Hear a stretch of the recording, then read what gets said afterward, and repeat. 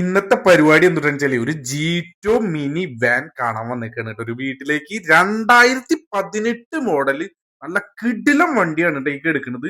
ഇനി വണ്ടിയുടെ ബാക്കി ഭാഗങ്ങൾ ഞാൻ കാണിച്ചു തരാട്ടാ. അതായത് വണ്ടിയുടെ ഫ്രണ്ട് വ്യൂ തന്നെ നല്ല ഫിനിഷിങ് ബോഡിയാണ്. അതായത് ആരായാലും ഫ്രണ്ടിൽ കണ്ടു കഴിഞ്ഞാൽ നല്ല വൃത്തിയുള്ള ഒരു ഫ്രണ്ട് ഭാഗമാണ് കേട്ടാ മഹീന്ദ്രയുടെ. അതുപോലെ തന്നെ ഫ്രണ്ടിൽ നോക്കാൻ നമുക്ക് ഫ്രണ്ട് ടയർ അപ്പോളയുടെ പുതുപുത്തൻ കട്ട ടയറാണ് കേട്ടോ എടുക്കുന്നത്.